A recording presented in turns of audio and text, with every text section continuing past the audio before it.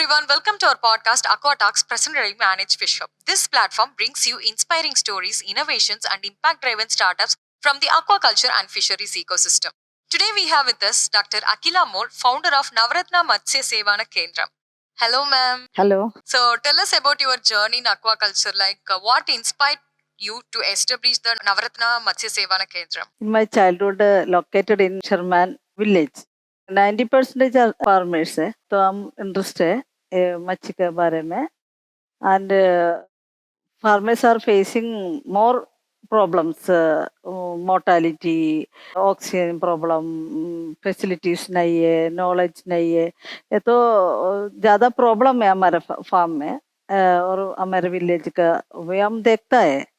तो हम इंटरेस्ट आ गया, हमको भी इंटरेस्ट है और फार्मर को हेल्प करने को भी हमको पसंद हो गया. Okay, ma'am. So, what kind of services or support you are providing to fish farmers through your Navratna Matsya Sevana Kendram? മത്സ്യസേവന കേന്ദ്രത്തിൽ നമ്മൾ വാട്ടറും സോയിലും ടെസ്റ്റ് ചെയ്യുന്നുണ്ട്.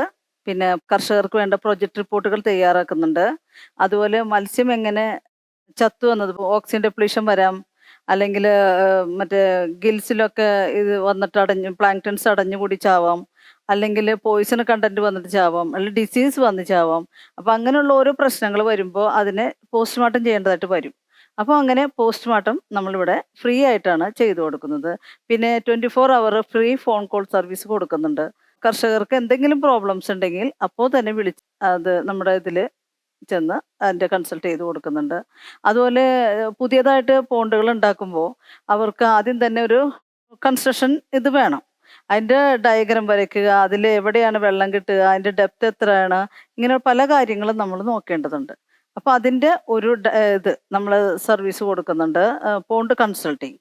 പിന്നെ അതുകൂടാതെ മത്സ്യങ്ങൾക്ക് ആവശ്യമായ ഫിഷ് ഫീഡ്, ക്വാളിറ്റിയുള്ള ഫിഷ് ഫീഡ് നമുക്ക് ഉണ്ടാക്കി നമ്മൾ ഒരു ഫിഷ് ഫീഡ് യൂണിറ്റ് തുടങ്ങിയിട്ടുണ്ട്. അതിൽ നിന്ന് തന്നെ ഫിഷ് ഫീഡ് യൂണിറ്റിൽ നിന്ന് നമ്മൾ ഫീഡ് ക്വാളിറ്റിയുള്ള ഫീഡ് കൊടുക്കുന്നുണ്ട്. അതുപോലെ ഇപ്പോൾ ഉള്ള പ്രധാന കാരണം എന്താണെന്ന് വെച്ചാൽ കുഞ്ഞുങ്ങൾ നല്ല ക്വാളിറ്റിയുള്ള സീഡ് കിട്ടാനില്ല. അപ്പോൾ നല്ല ക്വാളിറ്റിയുള്ള സീഡിനെ നമ്മൾ കറക്റ്റ് ചെയ്തിട്ട് അതിൻ്റെ വാട്ടർ കണ്ടീഷൻ കറക്റ്റ് ചെയ്തിട്ടാണ് നമ്മൾ മത്സ്യസേവന കേന്ദ്രം വഴിയായിട്ട് കൊടുക്കുന്നത്. അതുപോലെ അവർക്ക് എന്തെങ്കിലും പ്രോബ്ലംസ് ഉണ്ടെങ്കിൽ, ഒരു പുതിയതായിട്ട് വരുന്ന ആൾക്ക് തുടങ്ങേണ്ടതായ കുറേ കാര്യങ്ങളുണ്ട്.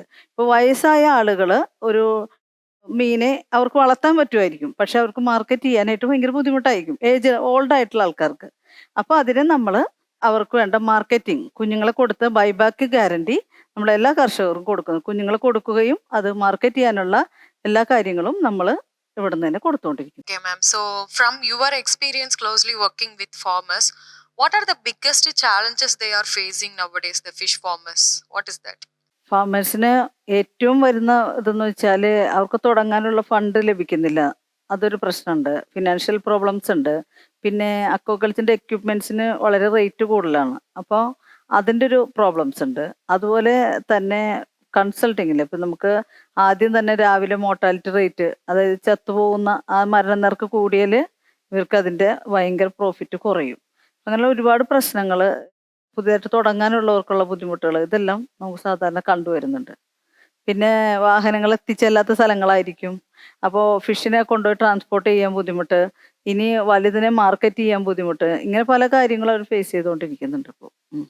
So, for what impact your Navratna Matsya Sevana Kendram created to the farmers? Like, what kind of impact? ഇപ്പോൾ നമ്മൾക്ക് ഒരു 2500 2600 കർഷകർ വരെ നമ്മൾ ട്രെയിനിങ് സെൻറ്ററിൽ ട്രെയിനിങ്ങിന് വന്നിട്ടുണ്ട്, ഫാം ട്രെയിനിങ്ങിന്. ഇപ്പോൾ അവർക്കെന്ന് വെച്ചാൽ അവരും മറ്റു കർഷകരും വെച്ച് നോക്കുകയാണെങ്കിൽ ഇവർക്ക് നല്ല പ്രൊഡക്ഷൻ ഉണ്ട്. ഇപ്പോൾ വെള്ളത്തിൻ്റെ ആ ഒരു ഇതുണ്ടല്ലോ, ഇപ്പോൾ വളരെ ക്വാളിറ്റി ഇല്ലാത്ത വെള്ളമായിരിക്കും, കൂടുതലും അമോണിയ കലർന്ന വെള്ളമായിരിക്കും. ഇപ്പോൾ ഇതെല്ലാം നമ്മളെല്ലാം ടെസ്റ്റ് ചെയ്ത് കറക്റ്റ് ചെയ്ത് അതിൻ്റെ പോണ്ട് കൺസൾട്ടിങ് ചെയ്ത് എല്ലാമാണ് നമ്മൾ കർഷകരിലേക്ക് കൊടുക്കുന്നത്. കുഞ്ഞുങ്ങളെ വരെ നമ്മൾ കൗണ്ട് ചെയ്ത് കറക്റ്റ് ചെയ്താണ് കൊടുക്കുന്നത്. അപ്പോൾ മാർക്കറ്റിങ്ങിന് നമ്മൾ ഹെൽപ്പ് ചെയ്യുകയും അതിന് വേണ്ട ഓരോ തവണയിലും മോണിറ്ററിംഗ് ഒക്കെ ചെയ്യുമ്പോൾ നമ്മുടെ കർഷകരുടെ പ്രൊഡക്ഷൻ കൂടുകയാണ്. അതുപോലെ തന്നെ ഇൻകവും അവർക്ക് വളരെ പുതിയതായിട്ട് തുടങ്ങാനുള്ള ഒരു ഇത് അവരിൽ വരുന്നുണ്ട്. So, finally, what one key message you want to say to the young entrepreneurs? ശരിക്കും പറഞ്ഞാൽ പൗൾട്രീനെയും വെറ്റിനറിനെയും വെച്ച് നോക്കിയാൽ ഇതിന് റിസ്ക് കുറവാണ്. മറ്റൊന്ന് വെച്ചാൽ നമുക്കെന്നും ടെൻഷനാണ്, ഒരു നേരം ഫുഡ് കൊടുത്തില്ലെങ്കിൽ പ്രോബ്ലം, പാല് കുറയും. അതുപോലെ മറ്റവർക്ക് ഫുഡ് കൊടുത്തില്ലെങ്കിൽ അപ്പോൾ അവർക്ക് വെയിറ്റ് കുറയും. ഇങ്ങനെ പല കാര്യങ്ങളും പൗൾട്രീനെ വെറ്റിനറിയും വെച്ച് നോക്കുകയാണെങ്കിൽ ഇപ്പൊ ഫിഷിന് ഒരു നേരം ഫുഡ് കൊടുത്തില്ലെങ്കിൽ അതിൽ വലിയ പ്രോബ്ലംസ് ഒന്നും ഉണ്ടാവാൻ പോണില്ല. അതുപോലെ തന്നെ പ്രോഫിറ്റ് ഡബിൾ ആണ്. ഇതിന് വെച്ച് നോക്കിയാൽ നമുക്ക് ഒരു ഏക്കർ സ്ഥലം ഉണ്ടെങ്കിൽ ഒരു 20-25 ലക്ഷം രൂപ വരെ ഉണ്ടാക്കാനായിട്ട് ഇപ്പോൾ സീബാസ് പോലത്തെ കൾച്ചറിൽ നിന്നൊക്കെ പറ്റും. പക്ഷെ മറ്റുള്ളതിനും വെച്ച് പറ്റില്ല. അപ്പോൾ ചെറുതായിട്ട് കൃഷിയിലോട്ട് ഇറങ്ങി വരുന്നവർക്ക് ഏറ്റവും നല്ല ഒരു ഇത് നമ്മുടെ അക്വാകൾച്ചർ തന്നെയാണ്. പിന്നെ എനിക്ക് പറയാനുള്ളതെന്ന് വെച്ചാൽ ഇപ്പോൾ നമ്മളുടെ ഈ കണ്ടൽക്കാടുകൾ കൂടുതലാണ്. അപ്പോൾ നമ്മുടെ സ്ഥലങ്ങളൊക്കെ ഇങ്ങനെ നികന്നുകൊണ്ടിരിക്കുകയാണ്. അപ്പോൾ ഈ കണ്ടൽക്കാടുകളെ നമ്മൾ മത്സ്യത്തിനുള്ള പോണ്ടുകളാക്കി മാറ്റിയിട്ട് ആ ബണ്ടുകളിൽ നമുക്ക് കണ്ടൽക്കാടുകൾ വെച്ച് കൊടുക്കുകയാണ്, മാംഗ്രൂവ് വെച്ച് കൊടുക്കുകയാണെങ്കിൽ ബണ്ടുകൾക്ക് എല്ലാ വർഷവും ബണ്ട് വൃത്തിയാക്കേണ്ടതില്ല, നല്ല സ്ട്രെങ്ത് ആയിട്ട് നിൽക്കുകയും ചെയ്യും. പോണ്ടുകൾ നമുക്ക് ഒരുപാട് കിട്ടുകയും ചെയ്യും. ഇപ്പം ഞങ്ങൾ കേരളത്തിലൊക്കെ വെച്ച് നോക്കുകയാണെങ്കിൽ ഒരുപാട് പോണ്ടുകൾ നികന്നു പോയി ഈ കണ്ടൽക്കാടുകൾ മുഖാന്തരം. പക്ഷെ കണ്ടൽക്കാടുകൾ വെട്ടാൻ പാടില്ല എന്നൊരു ഇതുണ്ടല്ലോ. അപ്പോൾ അതുള്ളതുകൊണ്ട് അതൊന്നും തൊടാൻ പറ്റില്ല.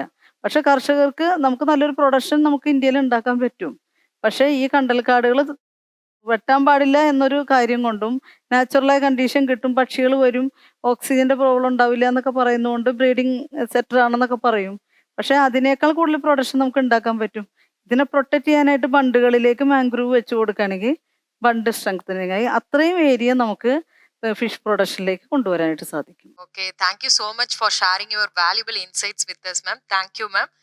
This is our podcast, Aqua Talks, presented by Manage Fish Hub. This platform brings you inspiring stories, innovations, and impact-driven startups from the aquaculture and fisheries ecosystem. Until the next episode, this is Nivetha Sige signing off. Thank you for watching.